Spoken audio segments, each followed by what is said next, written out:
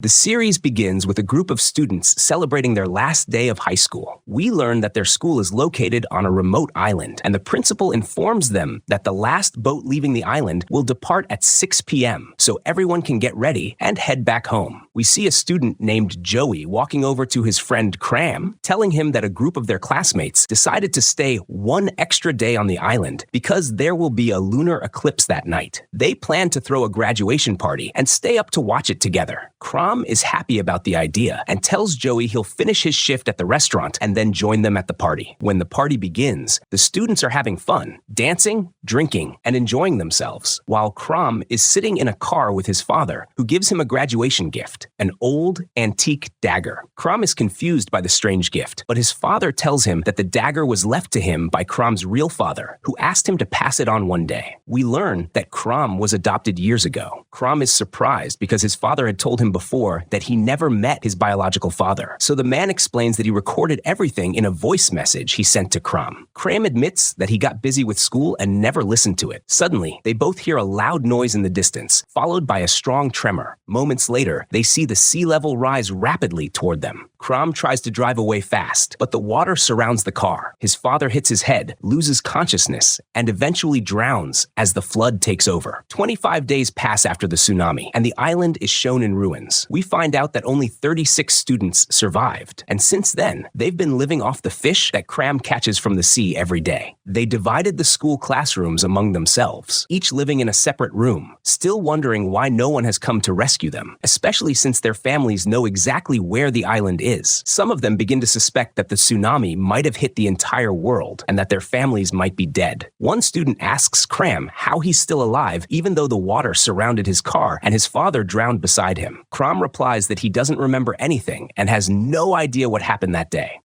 Then we see a girl named Arisa holding a bag containing all the students' phones, trying to find a signal so they can contact someone, but she fails. She then talks to Joey and Anon, telling them they should be honest with everyone and admit that they haven't been able to find a signal anywhere on the island. Anon hesitates, afraid the truth will crush everyone's hope. Meanwhile, we see a girl named May, who has some basic medical knowledge because she's passionate about the field and reads about it often. May is in the school's medical room, trying to treat a boy named Jack, whose leg was injured during the tsunami and still hasn't healed. Sitting beside him is his friend Crit, who promises he won't leave until Jack gets better. Later, we see Jan, Jack's sister, thanking May and telling her that without her medical skills, Jack probably wouldn't have survived. After that, May heads back to continue reading her medical book from the school library.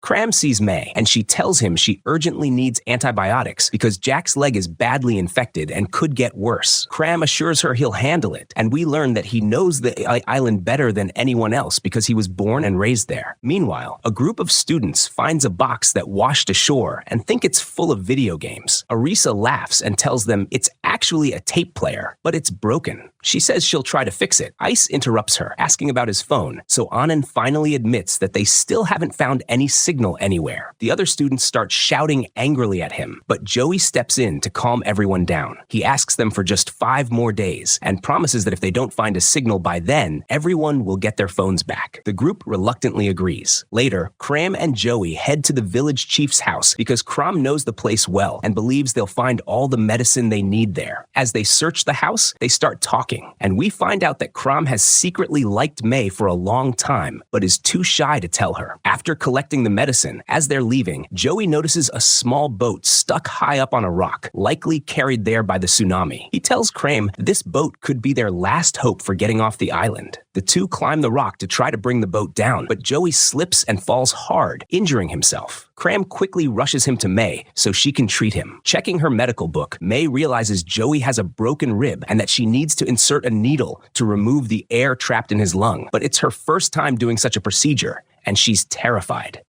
Cram encourages May and tells her she's the only one who can help him. She hesitates for a moment, then approaches Joey to give him the injection. But tragically, his life ends before she can save him. Cram breaks down, devastated by the death of his friend, while May is overwhelmed with guilt, blaming herself for what happened. Later, Crom goes to Anand and insists they need to work together to bring the boat down from the rocks, but Anand objects, saying the nearest coast is over 100 kilometers away, and the boat would never survive the trip. When Joey's funeral takes place, Anand uses the moment, with everyone gathered, to present Crom's idea about the boat, but claims it as his own. He tells the group that he's only thinking of their safety and wants to save them before it's too late. Crom is shocked and angered, realizing that Anand is jealous and desperate for attention, wanting everyone to trust and follow him instead. After the funeral, Arisa announces that there's no longer any hope of finding a signal, so Anand hands everyone their phones back so they can use whatever battery remains. Each student quietly scrolls through old photos of their families, their faces filled with longing and sadness, wishing they could return home. Crom takes his phone and listens to the voice message his adoptive father mentioned before he died. In the message, his father begins revealing the truth about Crom's real origins and where he came from, but suddenly, the phone dies, leaving Crom in confusion. Moments later, a powerful tremor shakes the island, followed by a deafening noise that causes everyone to panic. Crom loses consciousness and sees a vision of a woman standing at a distance, holding a baby. He tries to move closer, but branches grow from the trees, wrapping tightly around him and strangling him. Then, he wakes up suddenly to find Nam beside him, assuring him it was just a nightmare. The next day, all the students gather to discuss what happened the night before. Everyone tries to come up with theories until Nam interrupts, saying she feels there's something strange about the island and that none of what's happening is normal. Ice mocks her in front of everyone, telling her to go take a sedative and calm down. Feeling humiliated, Nam walks away, leaving them behind.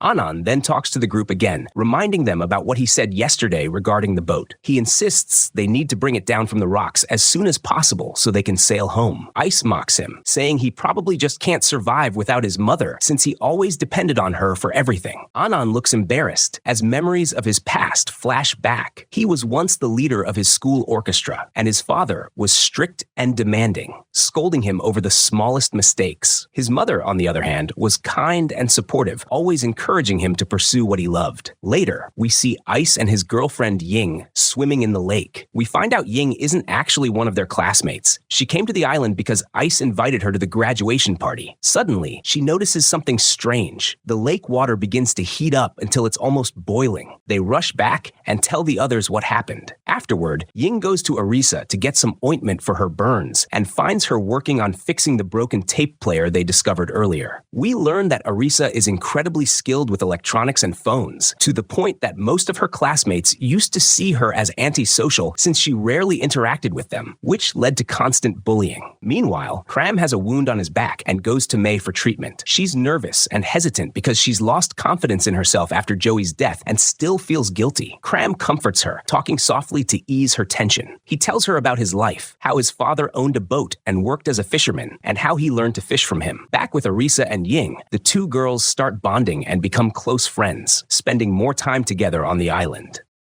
Arisa finally manages to get the device working. The group finds a tape with it, so she plays it, and they all listen carefully. Arisa guesses that it's a recording of a very old Thai poem. Ying suggests they go to the library to find the poem and confirm it, so they head there and actually locate it. They discover it's the same poem recorded on the tape, a story about a kingdom that fell into corruption before a massive flood destroyed everything. But Arisa notices something odd. The verses aren't in order, and they start wondering why. Meanwhile, the rest of the students use a long rope to successfully lower the boat from the rocks. But when they inspect it, they find a hole in the hull, meaning it will take time to fix, leaving everyone frustrated. Anand remembers the day of his orchestra performance, the one that failed and crushed his confidence, making him stop playing music ever since. Snapping back to the present, he notices how hopeless everyone looks, so he decides to play the piano again to give them strength. His music lifts the group's spirits, and for the first time in a while, they feel a bit of peace. During this, May sits beside him, and we learn that they're in a relationship. Crom watches them from afar, clearly hurt because he secretly loves her. Suddenly, a strange woman appears in the distance, walking toward them weakly before collapsing unconscious. When they rush to help, they're shocked to realize she's Lynn, their teacher. They carry her to the school's infirmary, and May stays by her side, confused as to how Lynn is still alive when they've searched the island many times and found no one else. Later that night, May and Anand are together and end up getting intimate. Afterward, May opens up, telling him she's always dreamed of becoming a singer. Anand laughs softly and says it doesn't suit her at all. His words cut deep. May feels humiliated and heartbroken, so she quietly gets up and leaves him behind.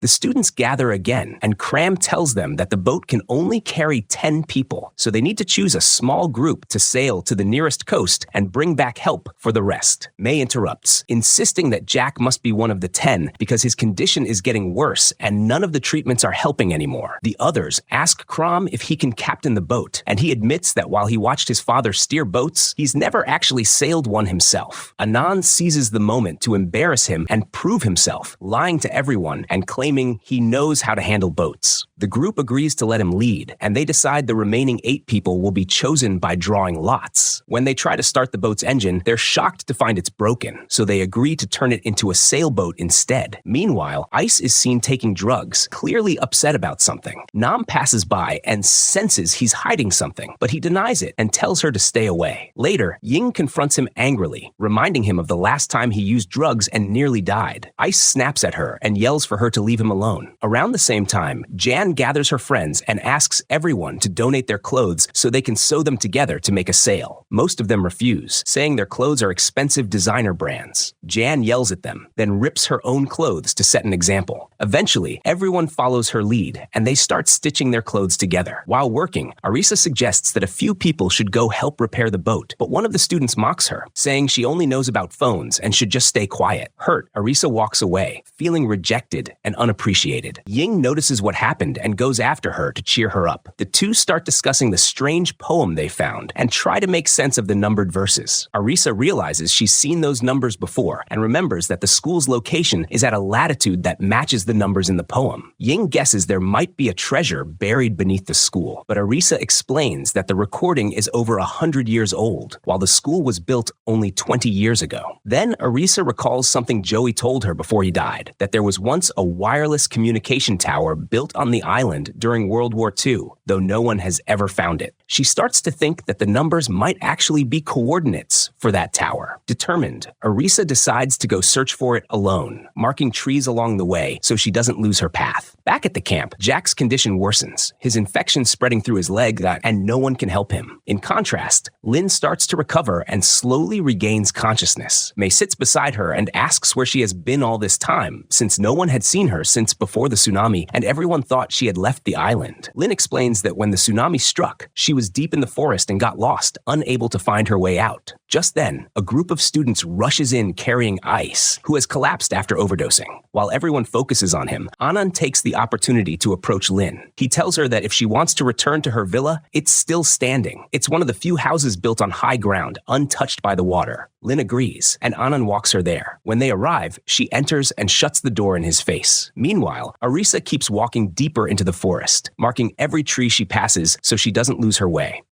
As Arisa walks through the forest, she suddenly sees her friend Mint from school standing in front of her. She's shocked because Mint had said she was leaving before the party. Mint explains that she changed her mind at the last minute, didn't leave, and after the tsunami, she got lost in the forest and couldn't find her way out. She also tells Arisa that she isn't alone. There are more people with her, and that they've found the transmission tower. She claims that a rescue boat is coming for them in 3 days. Back at the infirmary, Ice begins to regain consciousness, and we learn that he has a heart condition and a pacemaker that needs to be replaced within a year. May advises him to start taking better care of himself, but Ice snaps at her and storms off. Meanwhile, Lynn is sitting with Cram, looking at his sketches of the strange images he sees in his dreams. She tells him that these visions must mean something, that he's seen them before, and urges him to remember where and what message they're trying to convey. Later, Ice goes to talk to Nam, telling her he's felt different ever since the tsunami and asking her to use her strange spiritual abilities to help him. Ying overhears their conversation, and together with Nam, they decide to prank him by pretending he's possessed by an evil spirit. Nam tells him she can help, and they begin performing fake exorcism rituals on him. But things take a dark turn when Ice starts acting dazed and begins confessing what really happened the day of the tsunami.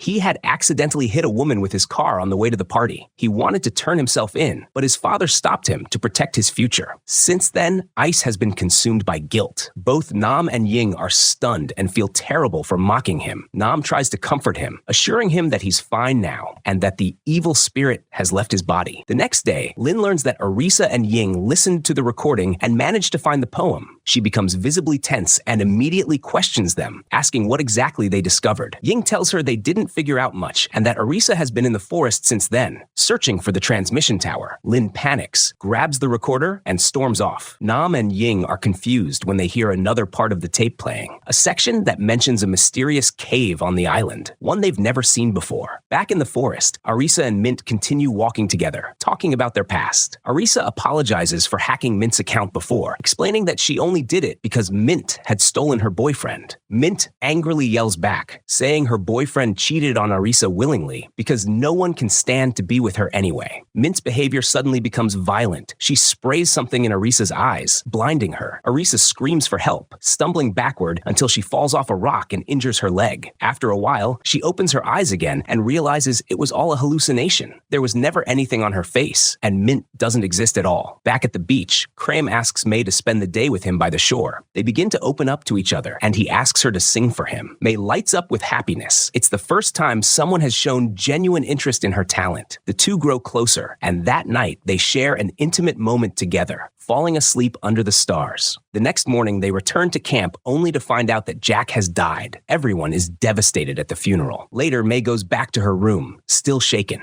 Anand confronts her, asking where she's been, saying he went to the clinic and didn't find her there. May grows nervous and lies, saying she wasn't feeling well and went to her room early.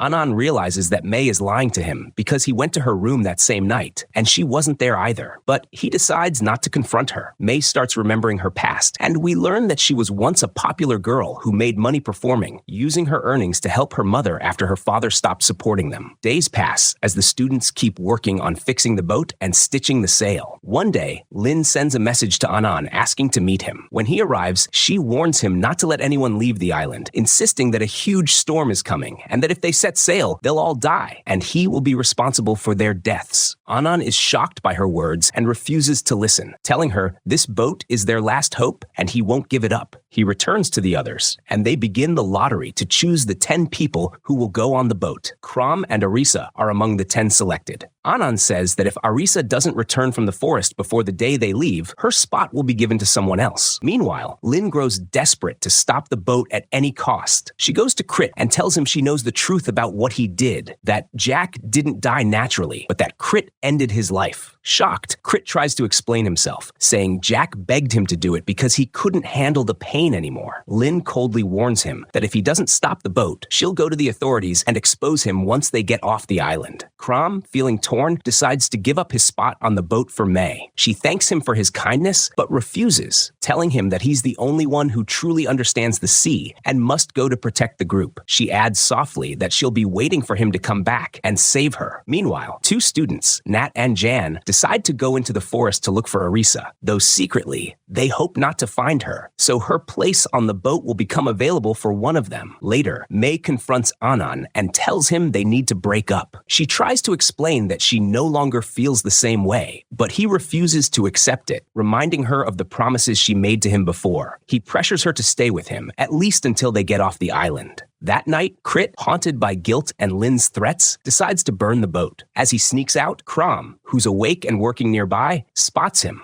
Cornered, Crit breaks down and confesses everything, explaining that he's scared of going to prison. Crom stops him and promises they'll find another way to deal with it, preventing him from destroying the boat. Crit goes back to his room, overcome with guilt over Jack's death. Soon after, Jan, Jack's sister, enters his room, and while they're talking, she notices a strange medicine bottle beside his bed. Crit confesses everything again, saying her brother begged him to end his suffering. Jan collapses emotionally upon hearing this and rushes to tell the others, demanding that Crit be punished because they can't let a killer live among them. Most of the group disagrees, saying they can't turn on one of their own. Furious, Jan gives up her spot on the boat to someone else so they can help her lock Crit up. They eventually trap him and threaten to harm anyone who tries to help him escape. Back at the shore, Crom is working on the boat, fixing the last parts, when suddenly the island shakes violently, and that same eerie, thunderous sound fills the air. Crom loses his balance, falls off the boat, and loses consciousness. He dreams again of the mysterious woman holding a baby by the lake. As he tries to move closer to see her face, Nam wakes him up just before he can. She notices that every time Cram wakes up, the strange sound stops, and she tells him that there must be something special about him, something tied to their destiny that they'll soon uncover. Back in the forest, we see Nat and Jan completely exhausted, deciding to rest for a while. But when they wake up the next morning, they're shocked. The place around them has changed completely. They find themselves on top of a massive rock inside a cave. Even more surprising, they spot Arisa nearby. When they ask how she got there, she tells them she's been stuck there for 2 days since she last saw them. The two laugh, saying she's been gone for over 2 weeks, thinking she must be hallucinating or on something. But Arisa insists she hasn't eaten since she left them, and if 2 weeks had really passed, she would be dead by now. Confused and unsettled, none of them can explain what's happening. Back at the camp, a week has passed since Crit's imprisonment. Crom tries to convince John to let him out, but she refuses. Nam grows suspicious of Lynn's strange behavior, telling her she's changed and that their real teacher would never turn her back on a student in need. Meanwhile, Ice visits Ying to apologize for how he treated her last time.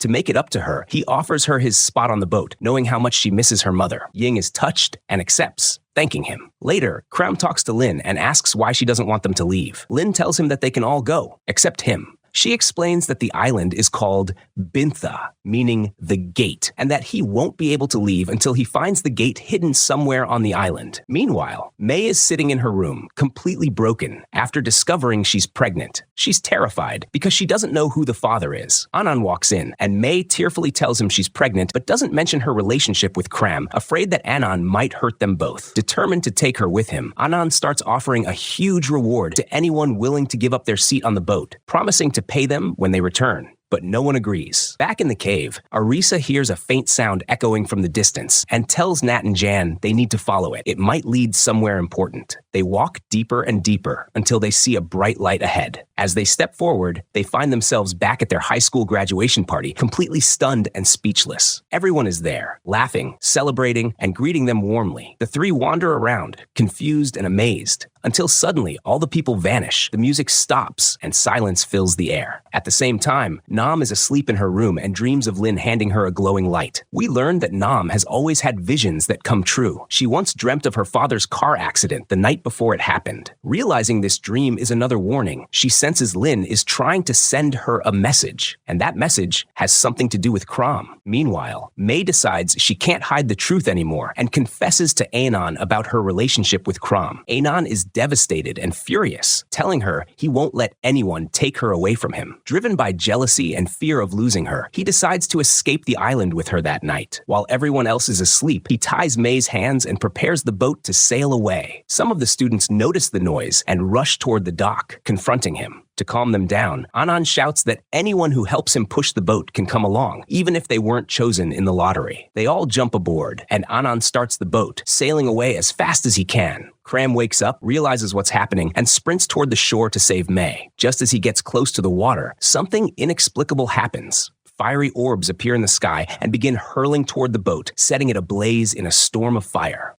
May rushes the injured survivors to the clinic, desperately trying to save their lives. Meanwhile, deep inside the cave, the three students continue exploring until Arisa finally locates the source of the strange sound. To her shock, she discovers a sick woman trapped inside, calling weakly for help. As Arisa approaches, she realizes it's Lynn, their teacher. Just as they reach her, the tunnel opens up to an exit, and they find themselves back on the beach. They hurry to the others to get May's help for Lynn's condition. But when they arrive, they're stunned to see another Lynn already there, sitting with the group. There are now 2 Lynns, and no one can tell which one is real. The first Lynn realizes what's happening and runs away. A few students chase her until Crom finds her. She tells him that he's special. That's why he and his father survived the tsunami that should have killed them both. Cram tells her he doesn't remember anything from that day. The others catch up, thinking Cram was hiding her, and they start throwing stones at him. Suddenly, the same deafening sound echoes again, and Cram slips back into his vision. This time, he finally sees the woman holding the baby. She's his mother. He recognizes her face clearly before the noise stops, and he regains consciousness. Lynn turns to him and says if he truly wants to know who he is, he must jump into the water with her. Cram hesitates for a moment, then dives in after her. The next morning, Cram wakes up to find himself captured and locked in a room with Crit. we learn that Anand has formed a gang with several students, planning to kill the other Lin, whom they blame for ruining all their escape plans. Meanwhile, Cram's friends devise a plan to rescue him. They distract the guards watching the room, and once the coast is clear, Cram and Crit manage to escape.